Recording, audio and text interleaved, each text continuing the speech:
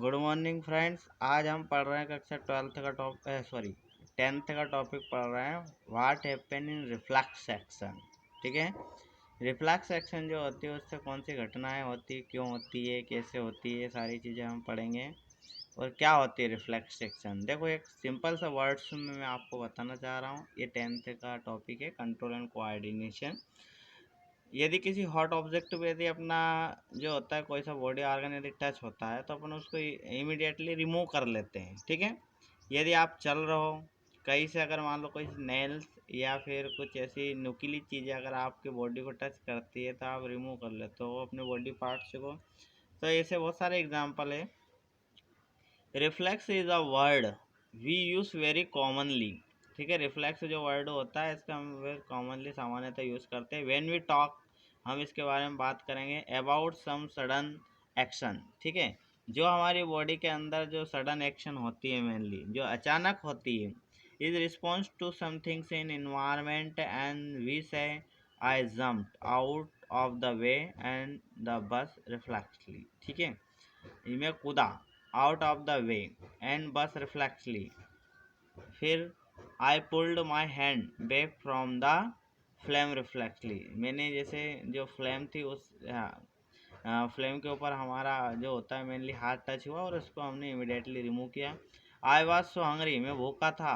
माई mouth start watering reflexively. ठीक है, भूखा होने पर जैसे मुंह के अंदर से सलाइवा का सिक्रीशन होने लगता है।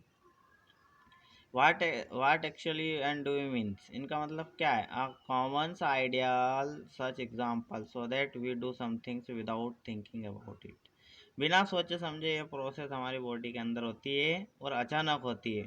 In all such example is that we do somethings without thinking about it or without feelings in control our reaction at this are situation where we are responding with the action change in our environment। environment के according हमारी body के अंदर ये अचानक चीज़ें होती हैं। ठीक है, जिससे हमारी बॉडी बच सके and how its control and coordination actuates the situation। Let us consider this further, take an one our example। हम यहाँ पर एक अच्छा एग्जाम्पल लेते हैं। Touching a flame is an urgent, ठीक है, and dangerous situation for us. यदि किसी फ्लेम के ऊपर हमारा अगर हाथ रख जाता है, टच हो जाता है, तो हमारे लिए एक तरह की खतरनाक सिचुएशन बन जाती है। इनफैक्ट इस परिस्थितियों में for any animals how would we respond to this and one the similarly simple and ways to thinking consciously about the pain। इस स्थिति में हमें जो होता है दर्द का सामना करना पड़ता है। The possibility of getting unburn, उसमें हमारा हाथ जल भी सकता है, जलने की भी संभावना होती है। Therefore move an our hand, और हम हमारे हाथ को वहाँ से मूव कर लेते हैं। An important question then is, यहाँ पर एक महत्वपूर्ण प्रश्न है, how long will take the things and all this. The answer depend on the how we thinks it. Nerve impulse are send around, जो नर्व इम्पल्स होती है हमारे आसपास क्या करती है, इम्पल्स को अराउंड सेंड करती है। The way we have talked about earlier and then thinking is also likely to involve the creation such impulse the thinking in complex activity. इसमें जो रोल होता है मेनली हमारे सेंस ऑर्गन से impulse के through होता है। So it bound involve the complicated the interaction of many nerve impulse from many neurons. इसमें काफ़ी सारी जो नर्व इम्पल्स होती है वो काफ़ी सारी न्यूरॉन होती है, उसकी हेल्प से ये प्रोसेस हमारी बॉडी के अंदर होती है। If this in this case इस cases में and it will no surprise that thinking issued in our body consist and dense network of the intricately arranged neurons। it is side forward and the skull। ठीक है, it is इसका जो side कहाँ करती है, impulse forward है and of the skull and receive the signal from all our body which in thinks about before responding to them.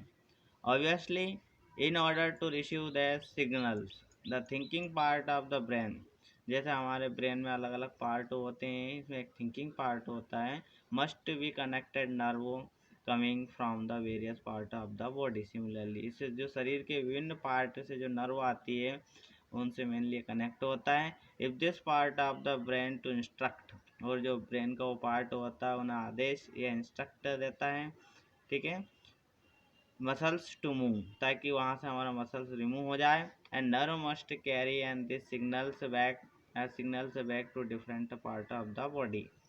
And if all this be the done, we touch a hot object and it may be taken enough for to us get one। इससे हम जलने से बच सकते हैं। How does the design से body solve the problem, body किस जो होती है बॉडी किस तरीके से इस प्रॉब्लम को सॉल्व करती है, ठीक है, एक तरह का क्वेश्चन है ये। मैं आपको इसके बारे में और भी डिस्क्रिप्शन समझाऊंगा, ठीक है। आज के लिए बस इतना ही। तो आज हमने रिफ्लेक्स एक्शन के बारे में पढ़ा है ना, और भी बहुत सारे आगे एग्जाम्पल हैं। आज के लिए बस इतना ही। Thank you.